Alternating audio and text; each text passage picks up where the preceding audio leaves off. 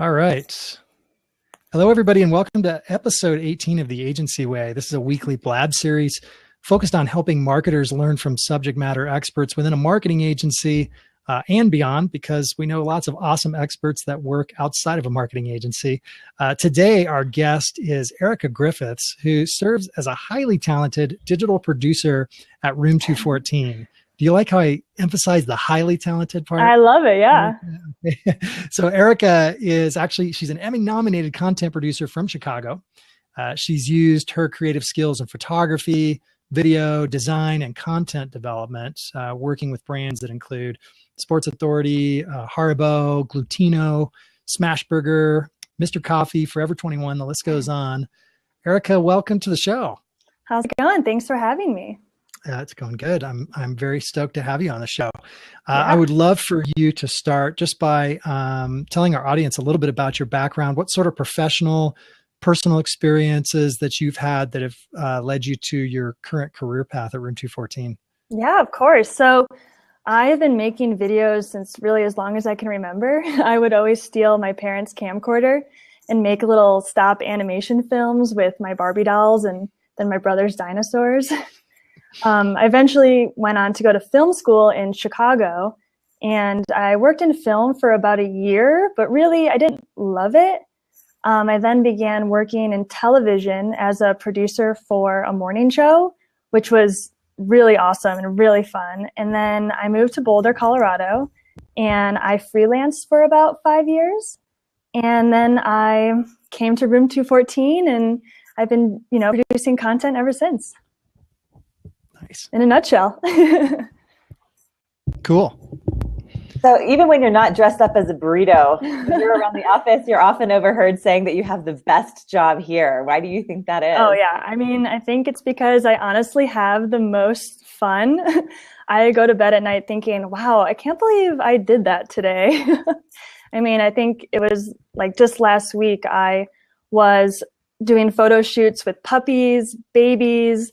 I did a photo shoot with gummy bears on a cake. And then, I dress up as a burrito costume every once in a while and run around the office. Not one day is really the same. And just never really know what challenge awaits. And it's really fun. I love our team and I'm super lucky. Do you think some of your traditional, so you have all these traditional skills that you learned in film school and in working for a morning show. Do you think some of those really old school skills really translate into what you're doing in digital and social media? Oh, totally. I mean, something that you learn in film school, I mean, the number one thing you learn is storytelling. And there's this phrase, I'll probably pronounce it wrong, but it's mise en scène, which really means like the scene and the mood of the story. And a lot of what we do in social media and in content production is we create moments and scenes. And a lot of it is we also create suspense, whether we know it or not. And, the goal is that you want followers because, they want to see what you're going to post next. And also, people follow you on social media because they want to be entertained. And so we're just trying to tell the best story. Erica, I'd love to get into, since we've made this promise of kick-ass content in our title, I'd love to just hear a little bit about whether it's tools or techniques, when it comes to capturing imagery for posting on social networks. Maybe you can talk a little bit about your approach, and then maybe we can get into some more technical stuff from there. Yeah, totally. So, I always say that we don't produce ads, we produce moments and we produce stories. And I think the number one thing that, we do as a team is we just try to have fun first and foremost, I would say like a tool and some advice that I would give is, definitely frame your shot first to tell your story. And if you have to add in product, always add in product last. And by product, I mean like packaging or actually like physical product. Interesting. So you're basically saying, it's more important for the imagery to create some inspiration, and you're not just, focused on product placement. Mm-hmm. Exactly. I mean, like I said before, I mean, people are on social media to have fun and be entertained. They don't want to scroll through their feed and see ad after ad after ad. And if they do, then they'll unfollow you. So in terms of just the kinds of imagery, I mean, do you have things in mind that are typical that you're always, whether it's a little mental checklist or even a written checklist that you're trying to pursue when you're putting together this imagery? Definitely. I would say right now a big trend in social media is bright and bold. Also, I'm seeing a trend in pop art imagery. So, definitely making sure that your colors are really bright and vibrant and, everything's in focus and it's a really cool composition. And also, all the content that you produce is typically square. So making sure that you're fitting your story into a square structure. Yeah, I know. It's like sometimes you feel constrained by that, but I guess you kind of get used to it, huh? Yeah. I mean, a lot of times people are like, oh, I took this really awesome picture, but when I crop it to a square, I like lose, this person's head or this person's arm. So you obviously you work with a ton of equipment, and whether you're doing photo shoot or video, maybe you can just share some tips with our audience about kind of what you're using on a daily basis and why. And I mean, everything from camera, lighting, software, whatever comes to mind. Yeah, definitely. So professionally, I use a Canon Mark II, and then I have various L series lenses. I shoot with a 24-70, a 50, and other people use other lenses. And then I typically shoot from my camera into a laptop, and I shoot directly into a software called Lightroom. And the cool part about this is that after you take a picture, you can see exactly what's going to be in your square frame. And then you can also make sure that everything is, in focus, that the lighting is really great, that the colors are vibrant, and, you just kind of know what you're getting, so you're not like 3 days later, like, oh no, the shot's not in focus. So out of curiosity too, and for, the people that will watch this or that are joining us live today, is it required to have this Canon Mark III? Definitely not. I would say that, people, when they go on vacation or they're creating content, they always ask me, oh, what camera should I get? And I always say, do you have an iPhone? The iPhone has an amazing camera and it's an amazing tool. And there's also so many really awesome, badass apps that you can use to edit the photos. My favorite photo app that I recommend to everyone is called PicTapGo. And I believe it's $2 on the App Store, and it's the best $2 you'll ever spend. But what does it do? Yeah. It edits the photos, and you can crop it to different sizes. You can add really cool filters, and very it's cool. Great. What about lighting, Erica? Because I've seen you. I know that a lot of where you work right now, there's natural light, but I've also seen lights around the office. Like, how do you? What are you looking for, or how are you making decisions about lighting? Definitely. It really depends on the overall look and feel of your content. For the majority of the content that I produce, I prefer natural lighting. And, I'm always running around the office looking for windows with the best light during the day. And natural lighting just looks so great in photographs. For other pieces of content that I produce, if it's that more pop art style, I love to use constant light. So I have a light kit that I use. A lot of times if I'm also producing animations, I'll use constant light because, you're manipulating little figures and sometimes you're shooting for 2 hours. And so you want the light to remain the same. Yeah. So I guess the answer is I love both. at Ember Studio here, this quote, the best camera is the one that's with you. Chase Jarvis. That's cool. It's true. I think, one thing to distinguish, and I know, Erica, you've got a question you want to ask, but one thing that I know you pay attention to is, brands, I know, come to us as an agency with the expectation that we're going to help them produce content, right? And so with that in mind, oftentimes there's this mindset that the content is going to look like it's magazine ready. And maybe, Erica, you can talk a little bit about what we've had to teach or speak to when it comes to the fact that it just doesn't have to be that way? Yeah. I mean, it really doesn't. I mean, we're not, as I said before, we're not producing ads. And I think the production of ads is really old school, mentality with advertising. The future is realistic. We have this phrase we call UGC style photography that it looks like, would show up on your friend's social feed. Makes sense. Cool. So what type of tips or advice do you have for brands that are just getting started on creating content for social media? What do you think some of the just key takeaways or best practices are? Yeah. Really the number one thing is understand your audience. Who are you making this content for? And who are you as a brand? If you're a food brand, you should be posting pictures of food. People are following you because they want food porn images. That's really all they want. And if you're a fashion brand, you should be posting pictures of clothes because that's why they're following you. They're looking for cute dresses, cute tops, and, all that. And then also, really have fun and remember that it's social media and, people are following you because they want to be entertained. The social part of social media.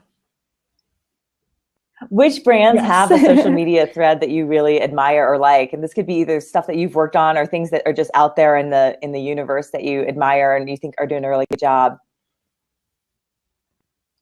I love this question because it really changes every month, it seems like. I'm always like, oh man, I've never even heard of this brand and look at all this cool stuff they're doing.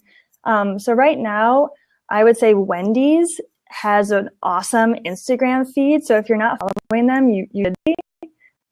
My favorite food brand right now on Instagram. For news, I love this company called Refinery 29. I think that they also have a really great Instagram. They do a really great job of incorporating graphics and quotes into their feed in a really unique way. They also do really awesome animations. My favorite style blogger, it's called Design Love Fest. It's kind of a tongue twister, but she is a designer in LA and her posts are just so awesome. And then my favorite fashion brand right now is this company called Reformation, and they make dresses. Nice. So follow all those Great brands. endorsement. So Erica, what about as far as where social media is headed? I mean, because you're so knee deep in the imagery aspect of it, you just get a lot of natural exposure to really every network out there. What do you think are new uses or things that you see on the horizon? Yeah, I mean, definitely Instagram is my favorite. And I think sponsored posts are really great for brands to get out there and have their content be noticed. Snapchat, I know we were talking about that earlier. I think Snapchat is truly the future and the next big thing. At first, when Snapchat came out, I was like, oh, what is this? Like, I'm too old to figure this out.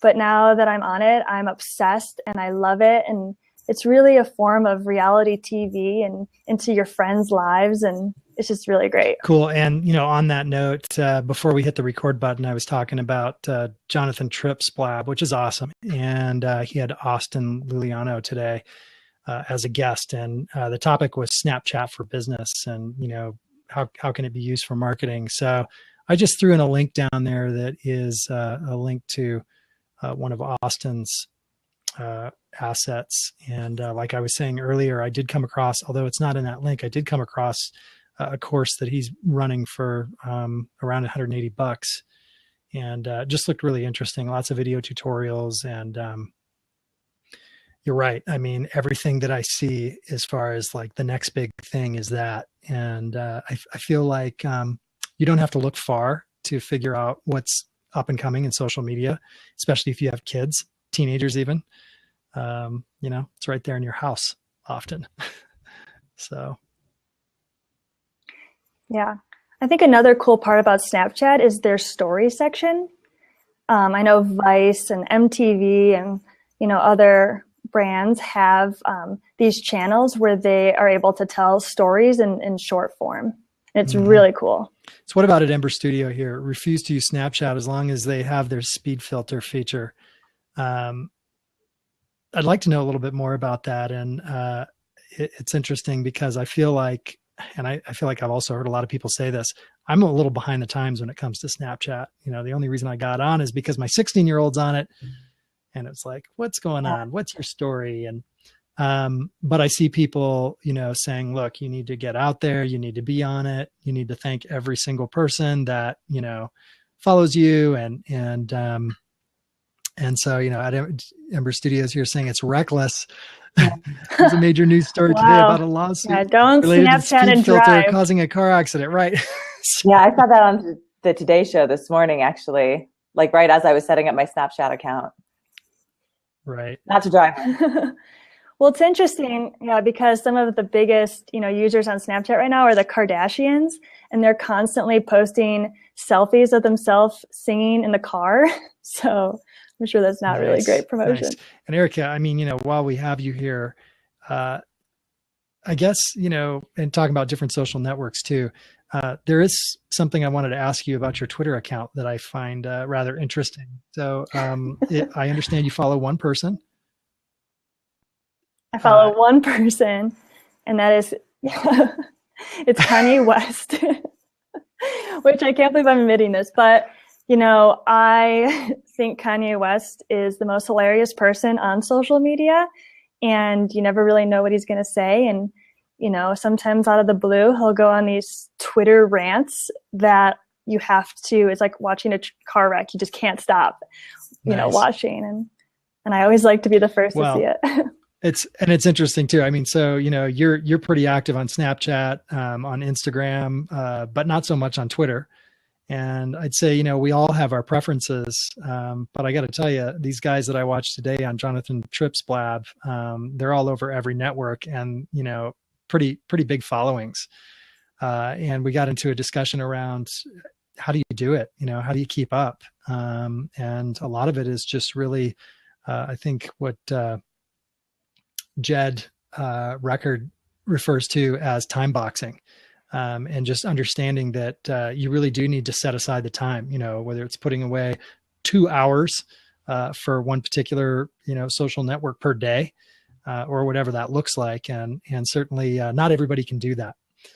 So it's just, I think it's worth bringing up because it's a huge challenge. I think all of us, there are expectations of us being in the industry, so to speak, that we should be able to keep up with these things. And, it shouldn't just be, noise and, driving traffic to our own web properties, Well, speaking of that, how do both of you deal with, I mean, all of us have been on platforms or had been on like the great new thing that we thought was going to be great. And then it turns out to be not that great. And it's not something that a lot of people are following and it's not getting a lot of traction. Like, how do you learn to sort of cut the cord on those platforms that might not be working for you or for the brands that you're working for?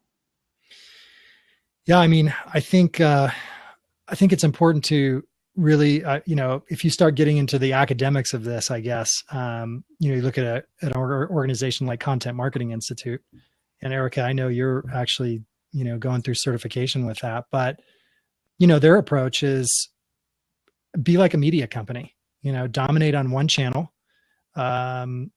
Expect that it's going to take time. I think they talk about, 15 to 18 months concentrated, really good content on one particular network.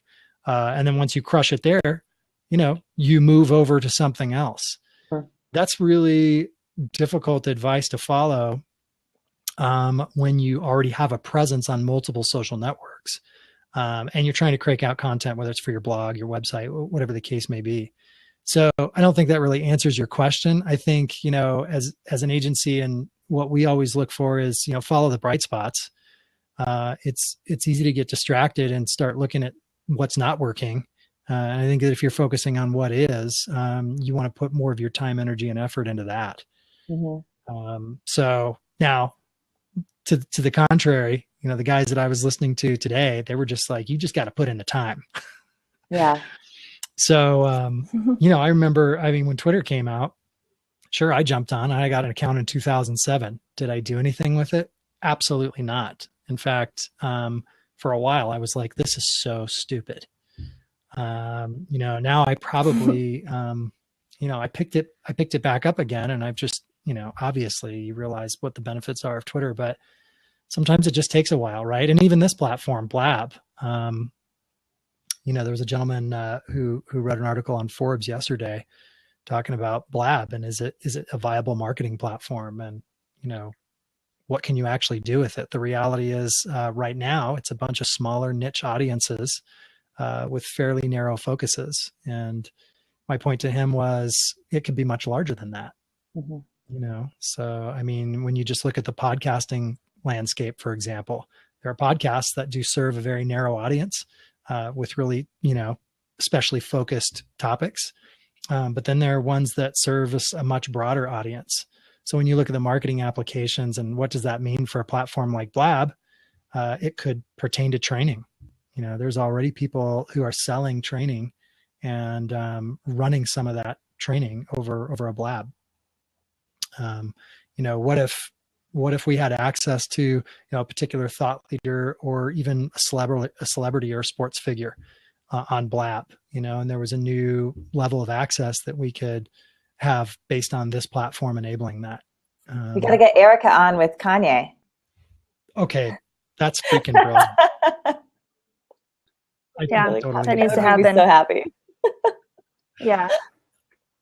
Erica, it definitely is relatable to content as well. I mean, one of my mantras is try everything and fail fast, because, we're producing so many pieces of content and not everything we make is going to be awesome. And, definitely learn from your mistakes, but don't dwell so much on the past and what didn't perform well.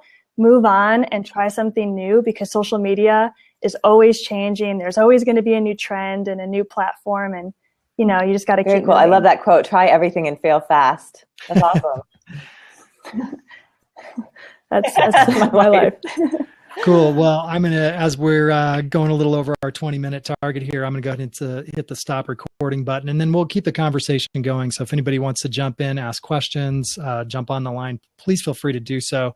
Erica, I just want to again thank you for joining us. Really appreciate the work that you do. It's awesome. And one thought I had too, and I think we can do this, is you're talking about examples of what you're seeing that's on trend with social media imagery. What is kick-ass? And I know you started to put together some slides prior to this Blab, and we just didn't have time to get them. So when we put up the blog post, I think what we'll do is just we'll either embed a slide share or include a link to a Google presentation that has some good examples. And so it should be a nice little resource for people that are interested to be able to look at exactly what you're talking about, as opposed to just, hear you talk about it.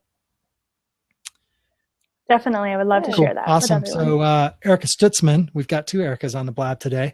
Why don't you go ahead and why don't you go ahead and close us out in our final three? So the book I picked for this week is The Everything Guide to the Introvert Edge. And I find that a lot of creative people in marketing and elsewhere who are very creative also happen to be introverts. And so it's just a good book that gives some tips on how to succeed in life, win at life, but also in business if you're an introvert. I thought it had some really good tips in it. My nonprofit shout out of the week is for the YMCA. Our local one is the YMCA of the Boulder Valley, and it creates really great day programs for kids for the summertime, which is really important when kids leave school. But it's also really expensive. And so if you give to the YMCA, you can really support those day camps that will keep kids in school and their parents at work through the summertime. And I think that's really important. And then my quote of the week is by Jack Kerouac, and it is, "Be in love with your life every minute of it." Nice. Love that one. Erica, I stole that, by the way. You may have seen it, but I did steal it on the Trending Wisdom Wednesday. Sorry about that. Good. I love that one. No, I love it. Yeah, right on. Okay, well, hey everybody, thanks again for joining. Hey Bill, how's it going, man? Hey. Our regular. All right, I'm pausing our recording, but I'm glad you jumped on. All right, thanks everybody. We'll see you next Thursday at 11:30 Mountain Time. Awesome. Thanks, guys.